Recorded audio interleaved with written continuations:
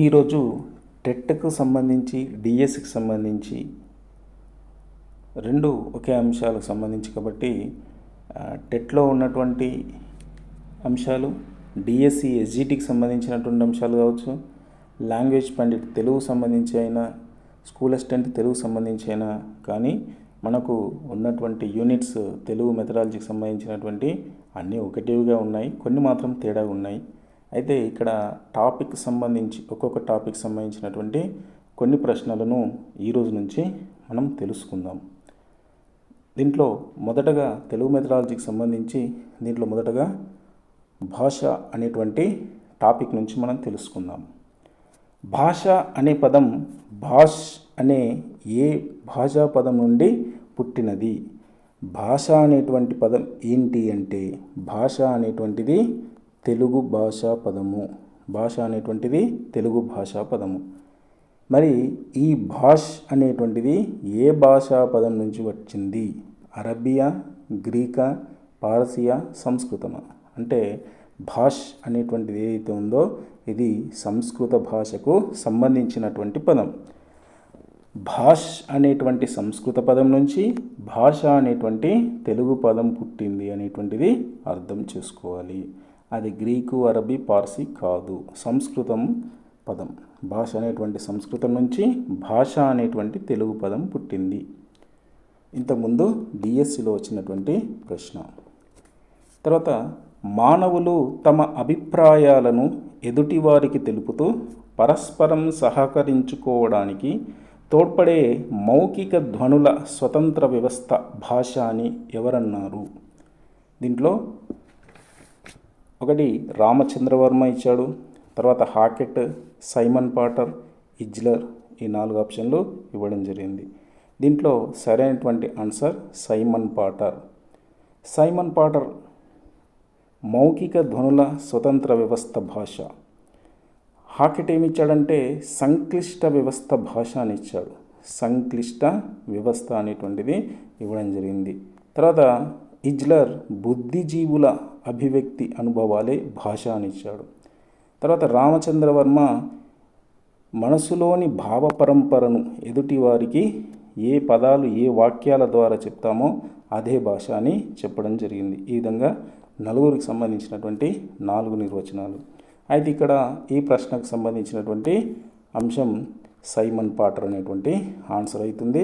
భాష అనేటువంటి దానికి సంబంధించి భాష అనేటువంటిది సంస్కృత పదానికి సంబంధించినటువంటిది అవుతుంది. ఇక తర్వాత పలు భాషణ అలవాట్లతో కూడిన సంక్లిష్ట వ్యవస్థ భాష అని నిర్వచించిన వారు. సంక్లిష్ట వ్యవస్థ భాష నిర్వచించిన వారు మనం ఇప్పుడే తెలుసుకున్నాం. ఎవరు మరి? సంక్లిష్ట వ్యవస్థకు సంబంధించి హాకెట్ అని మనం తెలుసుకున్నాం. హాకెట్ సంక్లిష్ట వ్యవస్థ భాష అని కనబడితే హాకెట్ అని మనం చెప్పుకోవచ్చు. తర్వాత మనసులోని భావ పరంపరను ఏ పదాలు ఏ వాక్యాలు ఎదుటివారికి అందిస్తామో ఆ పదాలు వాక్యాలే భాష అని నిర్వచించిన వారు ఎవరు? Simon Potter, హాకెట్, Ramachandra Varma, ఇజ్లర్. మనం ఇప్పుడే చెప్పుకున్నాం, రామచంద్రవర్మ అని తెలుసుకున్నాం. తర్వాత ఈ క్రింది వాణిలో భాషకు సంబంధించిన నిర్వచనం అర్థవంతమైన కంఠధ్వనుల సమాహారం భాష అని, భాష పదాల వాక్యాల సముదాయమని, తర్వాత ప్రజలు మాట్లాడుకునే తీరు భాష అని, తర్వాత 4th ఆప్షన్ పైవన్నీ అని మనకి ఇవ్వడం జరిగింది. ఇక్కడ ఇవన్నీ కూడా భాషకు సంబంధించినటువంటి నిర్వచనాలే. తర్వాత ప్రశ్న, భారతీయ భాషావేత్త యాస్కాచార్యుడు సమర్థించిన భాషోత్పత్తి వాదం. ధాతువాదం, భౌవవాదం, డింగ్డాంగ్ వాదం, పూపువాదం. దీంట్లో మనకు ఇచ్చినటువంటి వాదం ధాతువాదం. ఇంతకుముందు డిఎస్సిలో టెట్లో రావడానికి వచ్చినటువంటి ప్రశ్న. ధాతువాదాన్ని ప్రతిపాదించినది ఎవరు అంటే యాస్కాచార్యుడు అని అర్థం. ఎవరిక్కడ? యాస్కాచార్యుడు. దీనికి ఆన్సర్ ఇది. దీనికి ఆన్సర్ ధాతువాదము. యాస్కాచార్యుడు ప్రతిపాదించినటువంటి భాషోత్పత్తివాదము ధాతువాదము. తర్వాత ధ్వన్యనుకరణవాదం అని ఈ వాదానికి పేరు. భౌవవాదము, తర్వాత డింగ్డాంగ్ వాదము, పూపువాదము, స్వతసిద్ధవాదము. ధ్వని అనుకరణ వాదానికి సంబంధించినటువంటి వాదం ఏంటంటే ఇక్కడ భౌవవాదం అనేటువంటి అర్థం వస్తుంది. తర్వాత మ్యాక్స్ ముల్లర్ అనే శాస్త్రవేత్త ప్రతిపాదించినటువంటి వాదము ధాతువాదము, భౌవవాదము, డింగ్డాంగ్ వాదము, పూపువాదము. Max Muller ప్రతిపాదించినటువంటి వాదము డింగ్డాంగ్ వాదము. ఇది కూడా ఇంతకుముందు డిఎస్సిలో వచ్చినటువంటి ప్రశ్న. మ్యాక్స్ ముల్లర్ అనే శాస్త్రవేత్త ప్రతిపాదించినటువంటి వాదం ఏదంటే డింగ్డాంగ్ వాదము. తర్వాత భావోద్వేగాల వ్యక్తీకరణ కోసం చేసే ప్రయత్నం నుండి శబ్దాలు పుట్టాయని వివరించే వాదం సంపాదనవాదం, వివక్ష ప్రేరణవాదం, స్వతసిద్ధవాదం, క్రమపరిణామ వికాసవాదం. అంటే ఇక్కడ ప్రశ్న ఏంటి? భావోద్వేగాల వ్యక్తీకరణం కోసం చేసే ప్రయత్నం నుండి శబ్దాలు పుట్టాయని వివరించే వాదం. ఇది వివక్ష ప్రేరణవాదానికి సంబంధించింది. తర్వాత చామ్స్కీ అనే హేతువాది ప్రతిపాదించిన వాదం సంపాదనవాదం, వివక్ష ప్రేరణవాదం, స్వతసిద్ధవాదం, క్రమపరిణామ వికాసవాదం. చామ్స్కీ అనేటువంటి పండితుడు ప్రతిపాదించింది స్వతసిద్ధవాదాన్ని ప్రతిపాదించడం జరిగింది. తర్వాత 11వది లిపి అనే పదం డిపి అనే ఏ భాషా పదం నుండి పుట్టింది? ఇది పార్సీ, అరబ్బీ, సంస్కృతం, ద్రవిడ. లిపి అనేటువంటి పదం డిపి అనేటువంటి పార్సీ పదం నుంచి పుట్టింది. డిపి అనేటువంటి పదం ఏంది? మరి పార్సీ పదం అని అర్థం చేసుకోవాలి.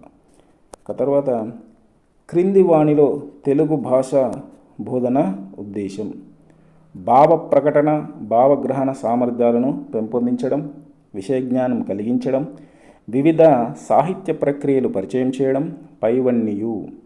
ఇక్కడ తెలుగు భాష బోధన ఉద్దేశం ఏంటంటే భావ ప్రకటన, భావగ్రహణ సామర్థ్యాన్ని పెంపొందించడం, విషయానికి జ్ఞానాన్ని కలిగించడం, వివిధ సాహిత్య ప్రక్రియలను పరిచయం చేయడం. ఇవన్నీ కూడా తెలుగు భాష బోధన ఉద్దేశంగా పరిగణించబడతాయి.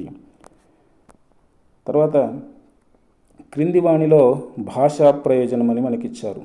భావ వ్యక్తీకరణకు సంబంధించి ఇవన్నీ కూడా మళ్ళీ ఇంతకుముందు మనం 12th ఏం తెలుసుకున్నామో వాటికి సంబంధించి ఇక్కడ భాషా ప్రయోజనం, ఇక్కడ తెలుగు భాష బోధన ఉద్దేశం, ఇక్కడ భాషా ప్రయోజనానికి సంబంధించి 13వది ఆన్సర్ తీసుకుంటే కనుక ఇవన్నీ కూడా భాషకు సంబంధించి వ్యక్తీకరణ, భావగ్రహణకు తోడ్పడుతుంది, బోధనకు అభ్యసనానికి తోడ్పడుతుంది, రచనా శక్తికి దోహదపడుతుంది. కాబట్టి ఇవన్నీ కూడా భాషకు సంబంధించినటువంటి ప్రయోజనాలు.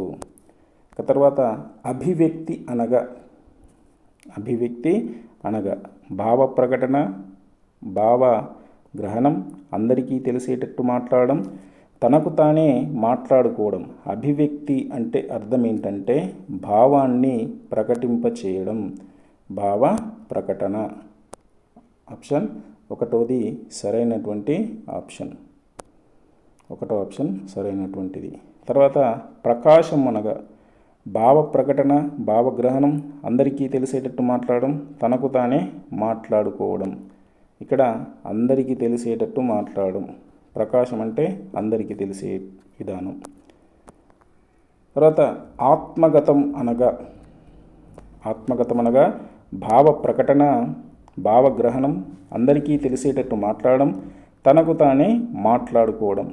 ఆత్మగతం సంబంధించి తనకు తాను మాట్లాడుకోవడాన్ని ఆత్మగతం అని అంటారు.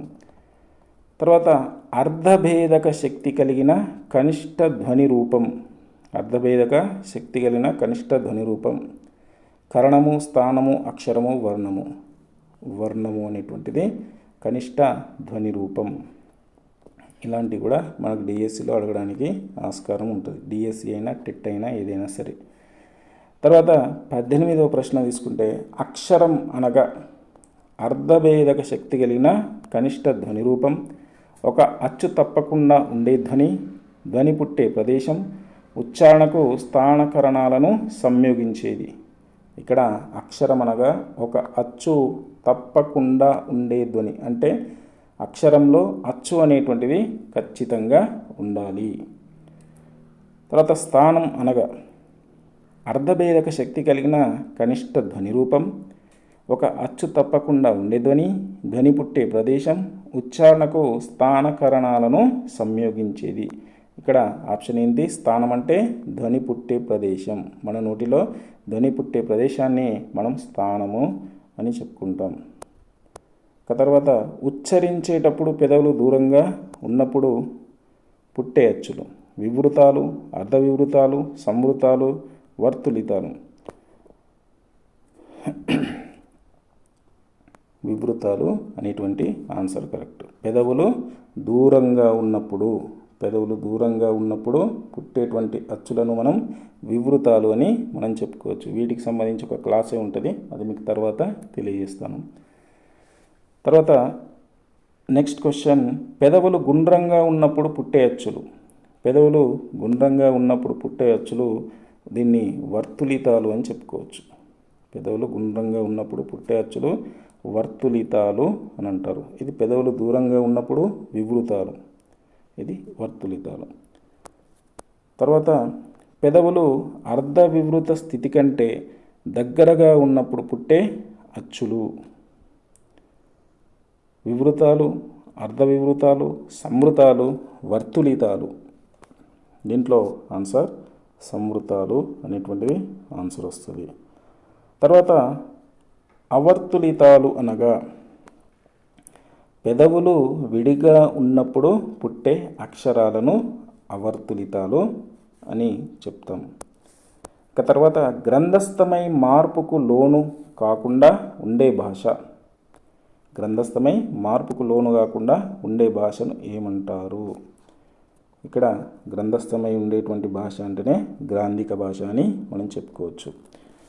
క్రింది వాణిలో గ్రాంధిక భాష లక్షణాలు: శాశ్వతంతో పాటు ప్రాచీనత సంతరించుకోవడం, పండితుల కవుల ఆదరణ కలిగి ఉండడం, ప్రాచీన రచయితల ధీశక్తి పాండిత్యానికి సాక్ష్యంగా ఉండడం. ఇవన్నీ కూడా గ్రాంధిక భాష లక్షణాలకు సంబంధించి. తర్వాత నెక్స్ట్, ప్రాచీన వ్యాకరణ సూత్రాలు, పారిభాషిక పదాలు, సాహితీ విమర్శలు ఏ భాష ద్వారా లభిస్తాయి? వాడుక భాష, గ్రాంధిక భాష, మాండలిక భాష, వ్యవహారిక భాష. ఏ భాష ద్వారా వస్తుందంటే గ్రాంధిక భాష నుంచి వస్తుంది. తర్వాత పదప్రయోగంలో, ఉచ్చారణలో ప్రత్యేకత కలిగి ఒక ప్రాంతానికో వర్గానికో సంబంధించిన భాష మాండలిక భాష, వ్యవహారిక భాష, గ్రాంధిక భాష, వాడుక భాష. ఏ భాష కరెక్ట్ అవుతుంది? మాండలిక భాష అనేది కరెక్ట్ అవుతుంది. ఇట్లా పదప్రయోగంలో కానీ ఉచ్చారణలో కానీ ప్రత్యేకత కలిగి ఒక ప్రాంతానికి ఒక వర్గానికి చెందిన భాష. ఉదాహరణ తెలంగాణ కావచ్చు, ఆంధ్ర కావచ్చు, రాయలసీమ కావచ్చు, వీళ్ళకి సంబంధించి వేరువేరుగా ఉంటుంది. కాబట్టి దీన్ని మన తెలంగాణను ఉత్తర మండలమని, తర్వాత దక్షిణ మండలమని, మధ్య మండలమని, పూర్వ మండలమని, ఈ విధంగా 4 మండలాలుగా మన భాషను విభజించడం జరిగింది. తర్వాత క్రింది వాణిలో మాండలిక భాష లక్షణం కానిది: పరిమిత ప్రాంతంలో జనుల వ్యవహారంలో ఉండడం, ప్రాంతీయతా ముద్ర తనదైన ప్రత్యేకత కలిగి ఉండడం, సొంత సాహిత్యం కలిగి ఉండడం, ప్రత్యేకమైన ఉచ్చారణ, పలుకుబడి, పదప్రయోగం మొదలైనవి ఉండడం. దీంట్లో మాండలిక భాష లక్షణం కానిది మనకు డైరెక్ట్గా చూపిస్తుంది ఇది సొంత సాహిత్యం కలిగి ఉండడం. ఇది సొంత సాహిత్యం కలిగి ఉండడం అనేది ఉండదు, దీనికి అసలు ఉండదు. తర్వాత అనువాదానికి మరో పేరు: తర్జుమా, భాషాంతరీకరణం, అర్థభేదం. ఇలాంటివి కూడా చాలా ఇంపార్టెంట్. అనువాదానికి మారు పేరు తర్జుమా వస్తుంది, భాషాంతరీకరణం వస్తుంది. దీంట్లో కరెక్ట్ ఆన్సర్ ఏంటంటే AB. తర్వాత క్రింది వాణిలో అనువాదంలో తీసుకోవాల్సిన జాగ్రత్తలు. మనం ఏదైనా అనువదించేటప్పుడు ఎలాంటి జాగ్రత్తలు తీసుకోవాలా? మూల లక్ష్య భాషలు తెలిసి ఉండాలి. మనం ఏ చేస్తున్నాం, ఏ భాష చేస్తున్నాం, ఏ భాషకు సంబంధించి చేస్తున్నాం. మూల భాషాంశాలు, భావాలు పూర్తిగా అనువదించాలి. శైలి, రచనా విధానం మూలానికి చేరువగా ఉండాలి. ఇవన్నీ కూడా ఉండాలి. మరి ఏంటి ఇక్కడ? ఇవన్నీ కూడా ఆన్సర్. ఇది మనకు ఒకటో భాషకు సంబంధించినటువంటి అంశాలు. రెండవది మాతృభాషకు సంబంధించినటువంటి మనము ప్రశ్నలను చూద్దాం. మాతృభాష. మాతృభాషకు సంబంధించి తీసుకుంటే కవి సార్వభౌముడు అను బిరుదు గల కవి శ్రీనాథుడు, నన్నయ్య, శ్రీకృష్ణదేవరాయలు, తిమ్మరుసు. మనకు ఈజీగా తెలిసిపోతుంది. శ్రీనాథ కవి సార్వభౌముడు అని మనం డైరెక్ట్గా అనుకుంటాం. కాబట్టి శ్రీనాథునికి కవి సార్వభౌముడు అనేటువంటి బిరుదు ఉన్నది. దేశ భాషలందు తెలుగు లెస్స అని పలికిన వారు ఎవరు? దేశ భాషలందు తెలుగు లెస్స అనేటువంటి పలికింది శ్రీనాథుడు. తర్వాత సాహితీ సమరాంగణ సార్వభౌముడు ఎవరు? సాహితీ సమరాంగణ సార్వభౌముడు శ్రీనాథుడు, అన్నమాచార్య, శ్రీకృష్ణదేవరాయలు, నన్నయ్య. మరి సాహితీ సమరాంగణ సార్వభౌముడు రాజు ఎవరంటే శ్రీకృష్ణదేవరాయలు. సాహిత్యం పైనటువంటి ఇష్టం ఉన్నటువంటి రాజు శ్రీకృష్ణదేవరాయలు అని అర్థం. ఆముక్తమాల్యద గ్రంథ రచయిత. ఆముక్తమాల్యద అనేటువంటి గ్రంథాన్ని రచించినటువంటి వారు శ్రీకృష్ణదేవరాయలు. తర్వాత శిశువు సౌందర్య దృష్టిని, ఆనందానుభూతిని వ్యక్తం చేయడానికి ఉపయోగపడేది మాతృభాష అని భావించినటువంటి వారు బళ్ళార్డ్, రైబన్ను, గాంధీజీ, గొడవర్తి, సూర్యనారాయణ. శిశువు సౌందర్య దృష్టి అనేటువంటి అర్థం వస్తే ఇక్కడ గాంధీజీ అని మనం చెప్పుకోవచ్చు. తర్వాత పరభాష ద్వారా నేర్చే విద్య సోపానాలు లేని సౌధం వంటిది. సోపానాలు లేని సౌధం వంటిది అంటే మెట్లు లేనటువంటి బంగ్లా లాంటిదని అన్నటువంటి వారు ఎవరు అంటే ఇక్కడ విశ్వకవి రవీంద్రనాథ్ ఠాగూర్. తర్వాత హరికథ పితామహుడు ఎవరు? విశ్వనాథ సత్యనారాయణ, రవీంద్రుడు, ఆదిభట్ల నారాయణదాసు, తిక్కన. హరికథ పితామహుడు అంటే ఆదిభట్ల నారాయణదాసు. తర్వాత భాషా ప్రయుక్త రాష్ట్రాల ఏర్పాటు తర్వాత 1956 సంవత్సరంలో కేంద్ర ప్రభుత్వం విద్యా సలహా సంఘం ఈ సూత్రాన్ని ప్రతిపాదించింది. 1956కు సంబంధించినటువంటి సూత్రం తయారు చేసింది అంటే మనం డైరెక్ట్గా త్రిభాషా సూత్రం అని చెప్పుకోవచ్చు. ద్విభాషా సూత్రము ఉండదు, మాతృభాషా సూత్రం ఉండదు. కాబట్టి ఉన్నది ఒకటే సూత్రం ఏంటి? భాషా ప్రయుక్తకు సంబంధించి త్రిభాషా సూత్రం అని చెప్పుకోవాలి. కేంద్ర ప్రభుత్వ విద్యా విషయ సలహా సంఘం అంటే CABE అని చెప్పుకోవాలి. Central advisory board of education, CABE. 1956లో ఈ సంఘం ఈ సూత్రాన్ని ప్రతిపాదించడం జరిగింది. తర్వాత జాతీయ భాష. జాతీయ భాష ఏంది? తెలుగు, హిందీ, ఇంగ్లీషు, ఉర్దూ. జాతీయ భాష ఏంది ఇక్కడ? హిందీ. తర్వాత త్రిభాషా సూత్రం వలన ప్రయోజనం. త్రిభాషా సూత్రం వలన ప్రయోజనం ఏంది? దేశ సంస్కృతి సంప్రదాయాలు తెలుస్తాయి. 3 భాషలలో అనువాద సాహిత్యం అభివృద్ధి చెందుతుంది. ప్రపంచ శాంతి కోరే వ్యక్తులుగా విద్యార్థులను మలచవచ్చు. తర్వాత పై అన్నియు. దీని యొక్క ఆన్సర్ ఏంది? అన్ని అని మనం చెప్పుకోవచ్చు. త్రిభాషా సూత్రం వలన రాష్ట్రంలోని పరిస్థితులు తెలుస్తాయి, తర్వాత దేశంలోని పరిస్థితులు తెలుస్తాయి, తర్వాత పూర్తి ప్రపంచవ్యాప్తంగా ఉన్నటువంటి అంశాలన్నీ కూడా మనకు తెలవడానికి ఆస్కారం ఉంటుంది. తర్వాత మానవుని మూర్తిమత్వాభివృద్ధిలో ప్రధాన పాత్ర మాతృభాష, ప్రవర్తన, అక్షరాస్యత, మానసిక స్వభావము. ఏంటి ఇక్కడ ఆన్సర్ ఏమొస్తుంది? ఇక్కడ మానవుని మూర్తిమత్వాభివృద్ధిలో ప్రధాన పాత్ర ఏమి ఉంటుంది? మాతృభాష ఉంటుంది. తర్వాత తల్లి పాలు తాగి పెరిగిన వాడికి, దాది పాలు తాగి పెరిగిన వాడికి ఎంత తేడా ఉంటుందో మాతృభాషలో విషయం నేర్చుకున్న వాడికి పరభాషలో నేర్చుకున్న వాడికి అంతే తేడా ఉంటుంది అని ఎవరి అభిప్రాయము అంటే కొమర్రాజు వెంకట లక్ష్మణరావు. భాషకు అత్యధికంగా సేవ చేసినటువంటి వ్యక్తిలో ఇతను కూడా ఒక వ్యక్తి. ఇది చాలా ఇంపార్టెంట్ వాక్యము. తర్వాత మన దేశంలో ఆంగ్లాన్ని బోధనా భాషగా ప్రవేశపెట్టిన వారు, మన భారతదేశంలో ఆంగ్లాన్ని బోధనా భాషగా ప్రవేశపెట్టిన వారు లార్డ్ మెకాలే అని డైరెక్ట్ చెప్పుకోవచ్చు. Wellesley, Lord Macaulay, Rajaram Mohan Roy, Lord Curzon. దీంట్లో ఆంగ్లాన్ని ప్రవేశపెట్టింది ఎవరు అంటే లార్డ్ మెకాలే అని చెప్పుకోవచ్చు. మన దేశంలో ఆంగ్లాన్ని బోధనా భాషగా ప్రవేశపెట్టిన సంవత్సరం అంటే అన్ని అంశాలు కూడా ఆంగ్లంలోనే చదువుకోవాలి. బోధనా భాష అంటే మీడియం ఈ విధంగా మొత్తం టోటల్గా చదువుకోవాలి అని ఎప్పుడు చెప్పారంటే 1835 సంవత్సరం నుంచి ప్రవేశపెట్టడం జరిగింది. మీ దేశ భాషలు ఏమీ వద్దు, మొత్తం అన్నీ ఆంగ్లంలోనే చదవాలని 1835 నుంచి ప్రవేశపెట్టడం జరిగింది. తర్వాత 1910లో విద్యా విషయక బిల్లును ప్రవేశపెట్టినటువంటి వారు గాంధీజీ, గోపాలకృష్ణ గోఖలే, బిపిన్ చంద్రపాల్, రాధాకృష్ణన్. మనకు పర్స్పెక్టివ్స్ ఇన్ ఎడ్యుకేషన్లో ఈ బిల్లులకు సంబంధించి చాలా ఉంటుంది. అయితే దీంట్లో ఈ బిల్లుకు సంబంధించి ప్రవేశపెట్టిన వారు గోపాలకృష్ణ గోఖలే. మాతృభాష మాధ్యమంగా రూపొందాలని మాతృభాష ప్రాధాన్యతను హరిజన పత్రికలో రాసినవారు. ఇంకా దీని గురించి మళ్ళీ చెప్పుకోవాల్సిన అవసరం లేదు. హరిజన పత్రికకు సంబంధించి మాతృభాషలో మాధ్యమంగా రూపొందాలని రాసినవాడు గాంధీజీ అని మనం చెప్పుకోవచ్చు.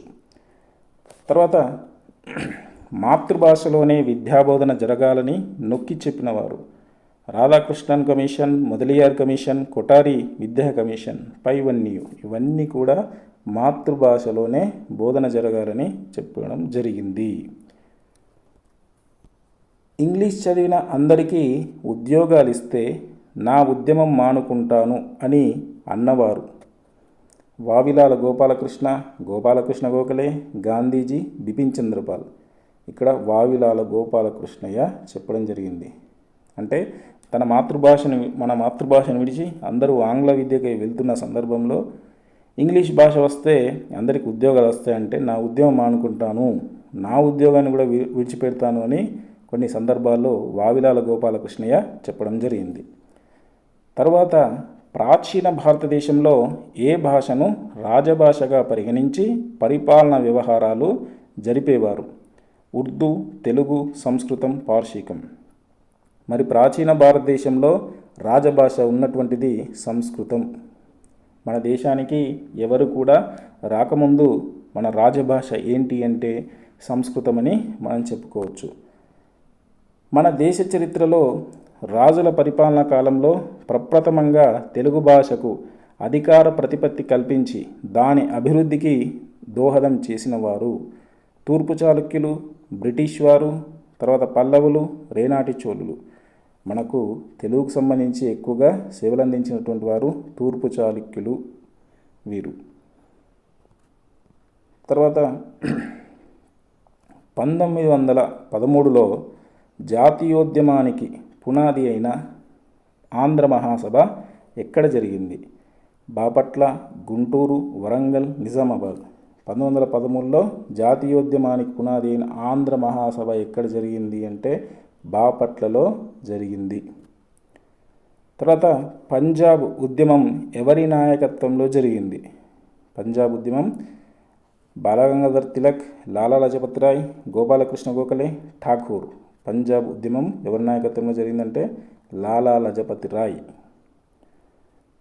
బాలగంగాధర్ తిలక్ నాయకత్వంలో ఏ ఉద్యమం జరిగింది?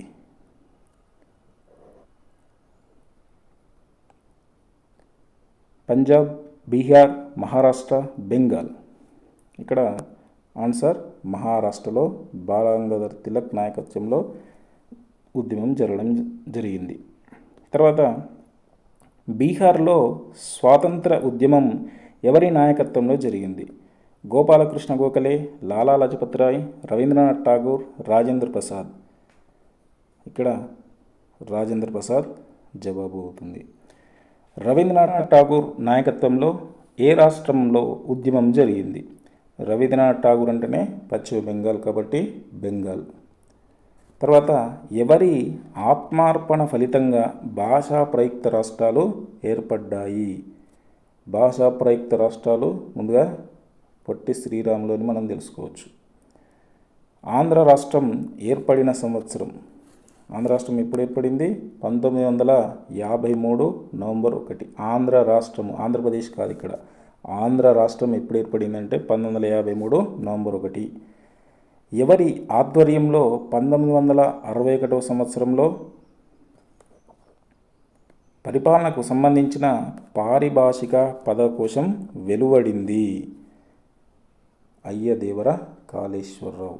ఇది చాలా ఇంపార్టెంట్. 1961 సంవత్సరంలో పరిపాలనకు సంబంధించిన పారిభాషిక పదకోశం వెలువడింది అయ్యదేవర కాళేశ్వరరావుకు సంబంధించి. తర్వాత అధికార భాషా సంఘం అనే పేరుతో ఒక సంస్థను ప్రభుత్వ శాఖగా ఏర్పాటు చేశారు. దీనికి అధ్యక్షులు ఎవరున్నారు? దీనికి వావిలాల గోపాలకృష్ణ అధ్యక్షులుగా ఉన్నారు అధికార భాషా సంఘానికి సంబంధించి. తర్వాత అధికార భాషా వ్యాప్తికి గొప్ప ఉద్యమ స్ఫూర్తినిచ్చిన మహావ్యక్తి గోపాల కృష్ణయ్య. జిల్లాలో విస్తృత పర్యటనలు జరిపి కార్యాలయాల్లో తెలుగు అమలు గురించి విశేష కృషి చేసిన వారు ఎవరు? దీంట్లో మనకు ఇచ్చినటువంటి ఆప్షన్లో నండూరి రామకృష్ణమాచార్యులు అనేటువంటి ఆప్షన్ ప్రధానమైనటువంటిది.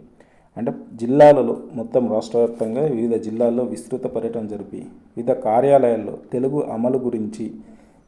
అమలు చేయాలని విశేష కృషి చేసిన వారు నండూరి రామకృష్ణమాచార్యులు. తర్వాత భారతీయ భాషలన్నింటినీ పరిశీలించి తెలుగు భాషను ఏకంగా దేశానికే అధికార భాషగా ఉండే అర్హత ఉందని చెప్పిన విదేశీ శాస్త్రవేత్త lord Macaulay, KBN Alton, cotton brown. దీనికి సంబంధించి ఏంటంటే కేబిఎన్ హాల్డెన్. అయితే తెలుగు భాషను దేశానికి అధికార భాష ఉండేది. మనకు జరిగినటువంటి ఓటింగ్లో ఒక్క ఓటు తేడాతో మనకు తెలుగు అనేటువంటిది ఏమైంది? తెలుగు భాష అనేటువంటిది డౌన్ అయిపోయి ఒక్క ఓటు +1 హిందీకి జాతీయ హోదా రావడం జరిగింది. కాబట్టి హిందీని ఏం చేశారు? జాతీయ భాషగా చేశారు. ఒక్క ఓటు హిందీకి రావడం వల్ల జాతీయ భాషగా అయిందని మనం చెప్పుకోవచ్చు. భారతదేశంలో అత్యధికులు మాట్లాడే భాషల్లో తెలుగు ఏ స్థానంలో ఉంది? మనం ఇది డైరెక్ట్గా చెప్పాల్సినటువంటి అవసరం కూడా ఉంటుంది. ఏ భాష ఏ స్థానంలో ఉంది? తెలుగు 2వ స్థానంలో ఉంది. మొదట హిందీ భాష, తర్వాత 2వ స్థానంలో తెలుగు భాష ఉంది. నిజాం రాష్ట్ర ఆంధ్ర సారస్వత పరిషత్ అను సంస్థను ఏర్పాటు చేసినటువంటి వారు లోకానంది నారాయణరావు, బోరుగుల రామకృష్ణారావు, భాస్కరపట్ల కృష్ణారావు.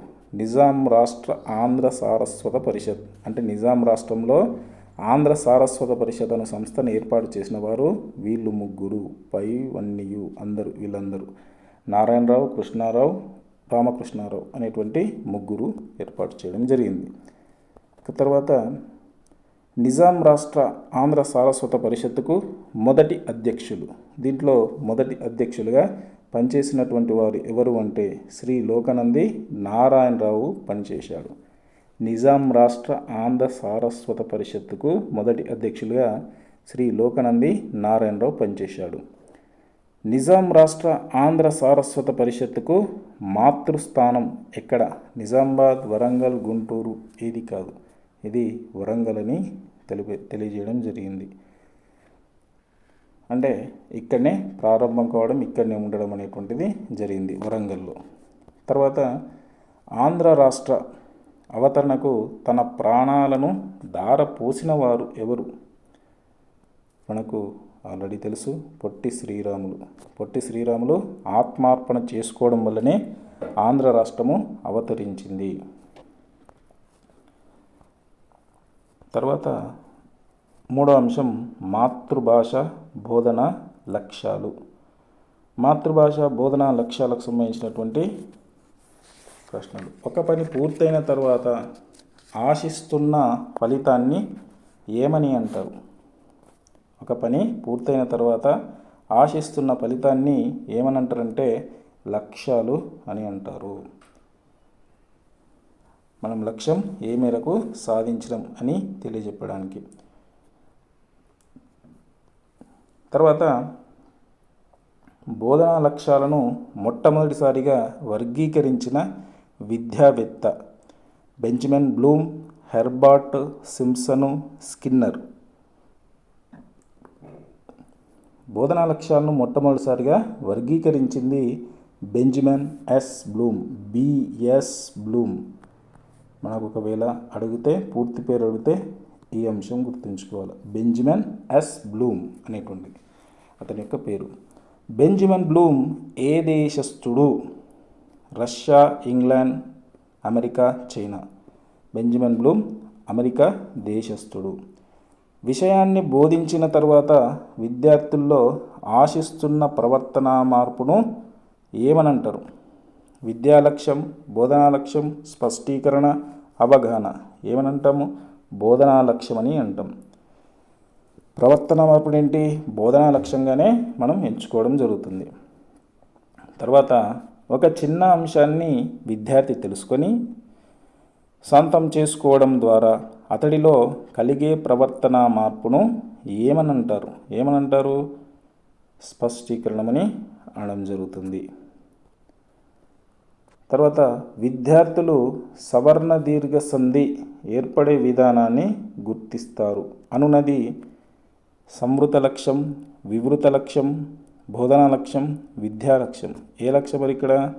వివృత లక్ష్యానికి సంబంధించి.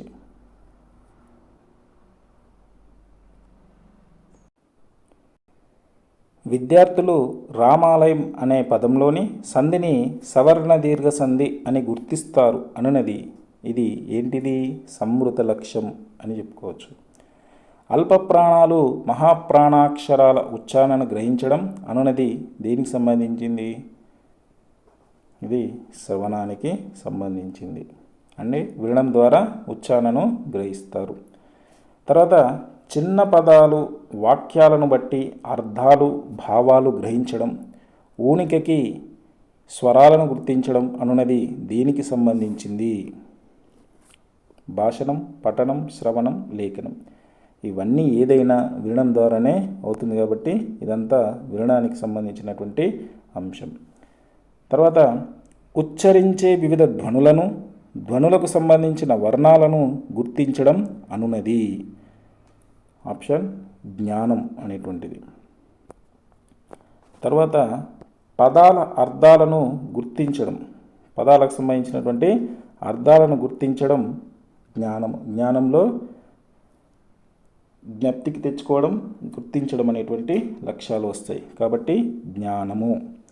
పాఠ్య విషయాన్ని జ్ఞప్తికి తెచ్చుకోవడం, పాఠ్య విషయాన్ని జ్ఞప్తికి తెచ్చుకోవడం దేంట్లో ఒక భాగం అంటే జ్ఞానంలో ఒక భాగము. తర్వాత ధ్వనులకు మధ్య ఉచ్చారణలోని పోలికలు తేడాలు గ్రహించడం. ఉచ్చారణలోని పోలికలు తేడాలు గ్రహిస్తున్నాడు అంటే విద్యార్థికి అవగాహన ఉన్నట్టు లెక్క. అవగాహన ఉంటేనే పోలికలు తేడాలు గ్రహిస్తాడు. తర్వాత పదాలను ఉపయోగించి సొంత వాక్యాలు చెప్పడం దేనికి సంబంధించింది? సొంత వాక్యాలు చెప్పడం కూడా అవగాహనకు సంబంధించింది. తర్వాత పాఠ్యాంశ సందర్భం చెప్పడం, పాఠ్యాంశానికి సంబంధించి సందర్భాన్ని చెప్పడం. ఇదేంటి? జ్ఞానం, నైపుణ్యం, అవగాహన, లక్ష్యం. ఏంటి ఇక్కడ? పాఠ్యాంశానికి సందర్భం చెప్పడం కూడా అవగాహనే అవుతుంది. తర్వాత పోలికలు, భేదాలు చెప్పడం మనం ఇప్పుడే తెలుసుకున్నాం, అవగాహన. నేర్చిన విషయానికి తగిన సొంత ఉదాహరణలు ఇవ్వడం దేనికి సంబంధించింది? సొంత ఉదాహరణలు ఇవ్వడం అంటే మనం డైరెక్ట్గా చెప్పచ్చు, అవగాహన ఉంటేనే విద్యార్థులు ఉదాహరణలు ఇవ్వడం జరుగుతుంది. తర్వాత సందర్భం చెప్పడం, సందర్భ సహిత వాక్య చేయగలగడం. ఇది సందర్భ సహిత వాక్యాలు చెప్పడం అనేది అవగాహన. తర్వాత వివరించడం, విశ్లేషించడం, సంక్షేపించడం, వివేచించడం అనేటువంటివన్నీ కూడా ఇవి కూడా అవగాహనకు సంబంధించినటువంటి. తర్వాత విషయాల మధ్య ఉన్న పరస్పర కార్యకరణ సంబంధాన్ని గ్రహించడం అంటే మళ్ళీ అవగాహన కిందకే వస్తుంది కాబట్టి అవగాహన. అంశాల మధ్య సంబంధాలను స్థాపించడం అనున్నది దేనికి? సంబంధాలను స్థాపించడం అంటే కూడా మళ్ళీ అవగాహనే వస్తుంది. తర్వాత భావానుగుణమైన వాచికాభినయంతో విరామ చిహ్నాలు, ఊనిక, స్వరభేదం పాటిస్తూ చదవడం. ఇవి దేనికి సంబంధించి? అవగాహన, వినియోగమా, పఠన నైపుణ్యమా, జ్ఞానమా? ఇక్కడ ఏమన్నారు? వాచికాభినయంతో విరామ చిహ్నాలు, ఊనిక, స్వరభేదం పాటిస్తూ చదవడం దేనికి సంబంధించి పఠన నైపుణ్యం అని అర్థం.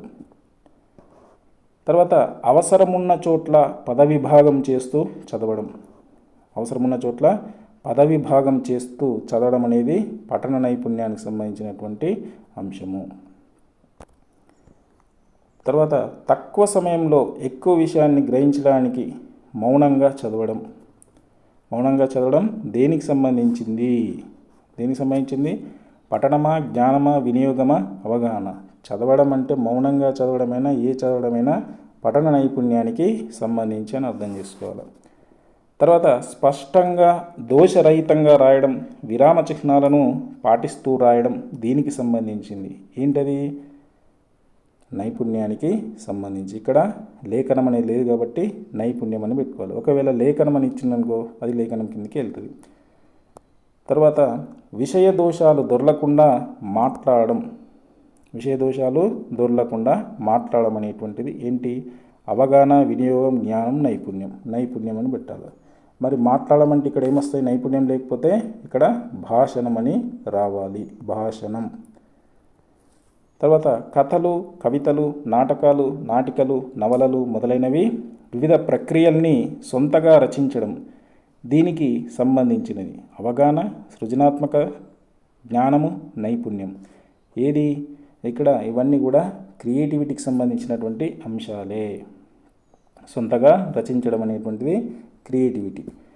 నేర్చిన పాఠానికి కొత్త శీర్షికను నిర్ణయించడం అనేటువంటిది ఇది కూడా సృజనాత్మక సంబంధించింది. నూతన శీర్షికను నిర్ణయించడం. ఉదాహరణకి ఏదైనా ఒక కథ చెప్పి విద్యార్థి ఈ శీర్షికను పెట్టాడు. ఈ శీర్షికను పెట్టడం వల్ల విద్యార్థిలో పెంపొందినటువంటి లక్ష్యం ఏంటంటే సృజనాత్మకత అనేటువంటి సామర్థ్యము విద్యార్థిలో పెంపొందింది అని అర్థం చేసుకోవాలి.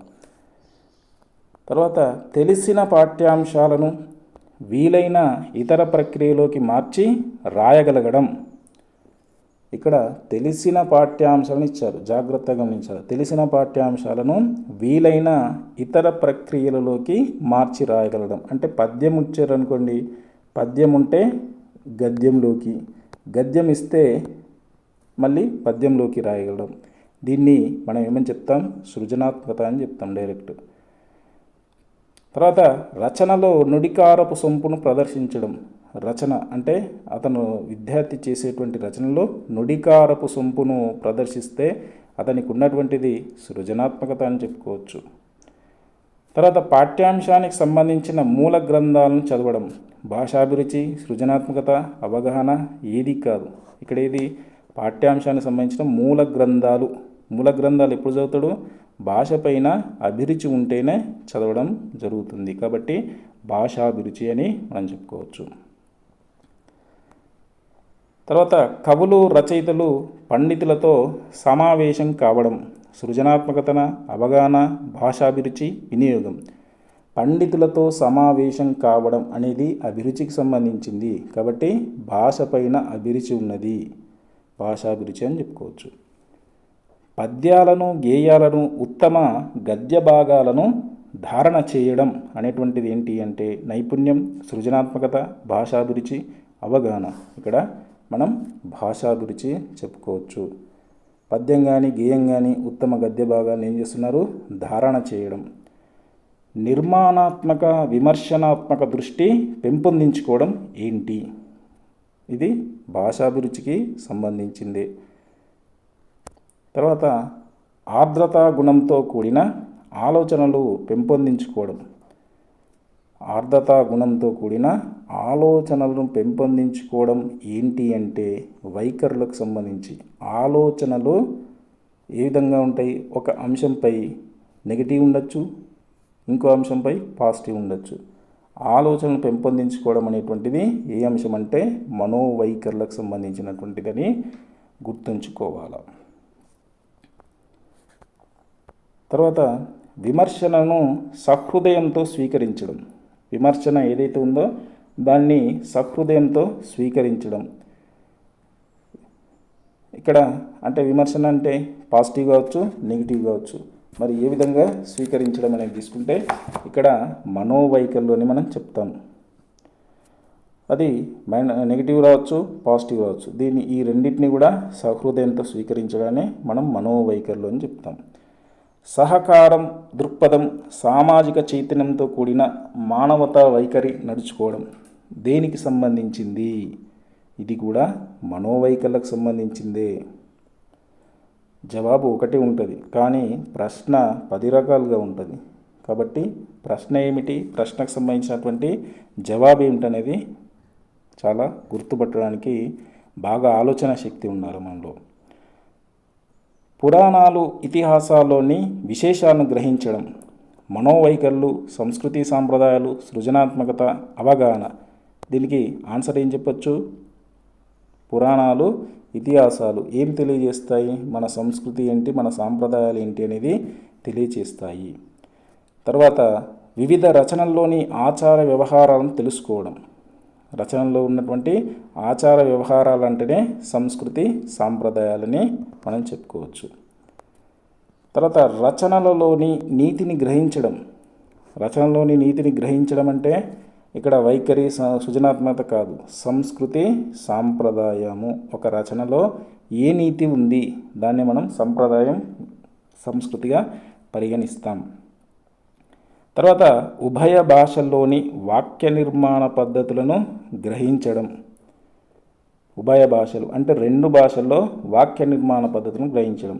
సృజనాత్మకతన, భాషాంతరీకరణ, మనోవైఖర, అవగాహన. ఇక్కడ భాషాంతరీకరణ సామర్థ్యం అని చెప్పుకోవచ్చు. ఇంతకుముందు వచ్చింది మనకి ఏమని వచ్చింది?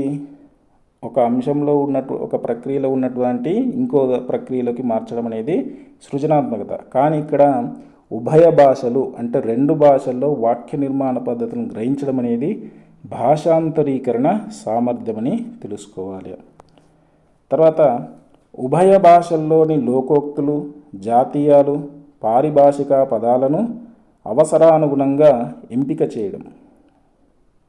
లోకోక్తులు, జాతీయాలు, పారిభాషిక పదాలు ఏవైతే ఉన్నాయో అవసరానుగుణంగా ఎంపిక చేయడం ఏంటి? ఇది భాషాంతరీకరణ సామర్థ్యమా, సృజనాత్మకతన, మనోవైఖరుల, భాషాభిరుచ? ఇది కూడా భాషాంతరీకరణ సామర్థ్యం కిందకే వస్తుంది. తర్వాత విద్యార్థులు రామాలయం అనే పదంలోని సంధి సవర్ణ దీర్ఘ సంధి అని గుర్తిస్తారు. గుర్తించడం అంటే దేనికి సంబంధించి? జ్ఞానం అని మనం చెప్పుకున్నాం. జ్ఞానంలో జ్ఞప్తికి తెచ్చుకుంటాడు, గుర్తిస్తాడు. జ్ఞానం అంటే 1 జ్ఞప్తి, 2 గుర్తించడం. మరి గుర్తించడం అనేటువంటిది జ్ఞప్తి, గుర్తించడం ఇవి జ్ఞానంలో అంశాలు. కాబట్టి ఆ విధంగా గుర్తిస్తే అది జ్ఞానానికి సంబంధించి అవుతుంది. తర్వాత విద్యార్థులు సవర్ణ దీర్ఘ సంధి, అత్వసంధి మధ్య గల పోలికను గ్రహిస్తారు. పోలికలు గ్రహించడం అంటే మనం ఇదివరకే తెలుసుకున్నాం. దేని కిందకి వస్తుంది? అవగాహన కిందకి వస్తుంది. ఇవన్నీ లక్ష్యాలు ఏంటి, లక్ష్యాలకు సంబంధించిన స్పష్టీకరణలు ఏంటో జాగ్రత్తగా గమనించాలి. తర్వాత విద్యార్థులు కన్నుల పండుగ అనే జాతీయాన్ని ఉపయోగించి సొంత వాక్యం చెప్తారు. సొంత వాక్యం చెప్తే మనం ఇదివరకు ఏమని చెప్పుకున్నాం? సొంత వాక్యం చెప్తే అవగాహన అని చెప్పుకున్నాం. అది జ్ఞానం వినియోగం నైపుణ్యం కాదు, అవగాహన అని చెప్పుకున్నాం. తర్వాత విద్యార్థులు వేమన పద్యంలోని విశేషార్థాన్ని గ్రహిస్తారని ఇచ్చారు. చూడండి, రసానుభూతి, సృజనాత్మకత, మనోవైఖరులు, భాషాభిరుచి. ఏంది ఇక్కడ? విశేషార్థాన్ని గ్రహించడం. ఎప్పుడు గ్రహిస్తాడు? దాన్ని ఆనందానుభూతిగా, రసానుభూతిగా విన్నప్పుడు విశేషార్థాన్ని గ్రహించడం జరుగుతుంది. ఓకే. తర్వాత విద్యార్థులు మరిన్ని వేమన పద్యాలు సేకరించి చదువుతారు. ఇది రసానుభూత, భాషాభిరుచ, సృజనాత్మకతన? ఇది కాదా? ఇది భాషాభిరుచి ఉంటే పద్యాలను సేకరించి చదువుతారు. తర్వాత విద్యార్థులు వేమన వంటి కవుల పట్ల గౌరవాన్ని ప్రదర్శిస్తారు. సముచిత మనోవైఖరులు, రసానుభూతి, సృజనాత్మకత, భాషాభిరుచి. దీంట్లో సముచిత మనోవైఖరులు. గౌరవాన్ని కల్పించడం అంటే ఇది పాజిటివ్ దృక్పథాన్ని కల్పించడం అంటే గౌరవాన్ని మనం మనోవైఖరులు అని చెప్పుకుంటాం. తర్వాత విద్యార్థులు వేమన పద్యాలలోని భావాలను, లోతైన అర్థాలను గ్రహిస్తారు. లోతైన అర్థాలను గ్రహించడం అంటేనే మనం తెలుసుకోవాల్సినటువంటి అవసరం ఏంది ఇక్కడ? రసానుభూతి. లోతైన. తర్వాత విద్యార్థులు వేమన పద్యాల సారాంశాన్ని, తాత్పర్యాన్ని చెప్పగలుగుతారు. విద్యార్థులు వేమన పద్యాల సారాంశాన్ని, తాత్పర్యాన్ని చెప్పగలగడం అనేటువంటిది రసానుభూతి, సృజనాత్మకత, అవగాహన, నైపుణ్యం. ఇక్కడ ఆప్షన్ ఏంటి? ఇక్కడ అవగాహన అనేటువంటిది వస్తుంది. ఎట్లా? సారాంశము, తాత్పర్యాన్ని చెప్పగలడం అనేది అవగాహన. ఇవి మనకు భాషకు సంబంధించినటువంటి అంశాలు. తర్వాత భాషా నైపుణ్యాలకు సంబంధించినటువంటి అంశాలు తెలుసుకుందాం. ఈ విషయాలను, ఈ వీడియోని లైక్ చేయండి, షేర్ చేయండి, సబ్స్క్రైబ్ చేయండి. మీ మిత్రులకు కూడా ఈ విషయాన్ని షేర్ చేసి వారు కూడా కొంత ఈ సబ్జెక్ట్ సంబంధించినటువంటి విషయాలను తెలుసుకునేటట్లు చేయండి.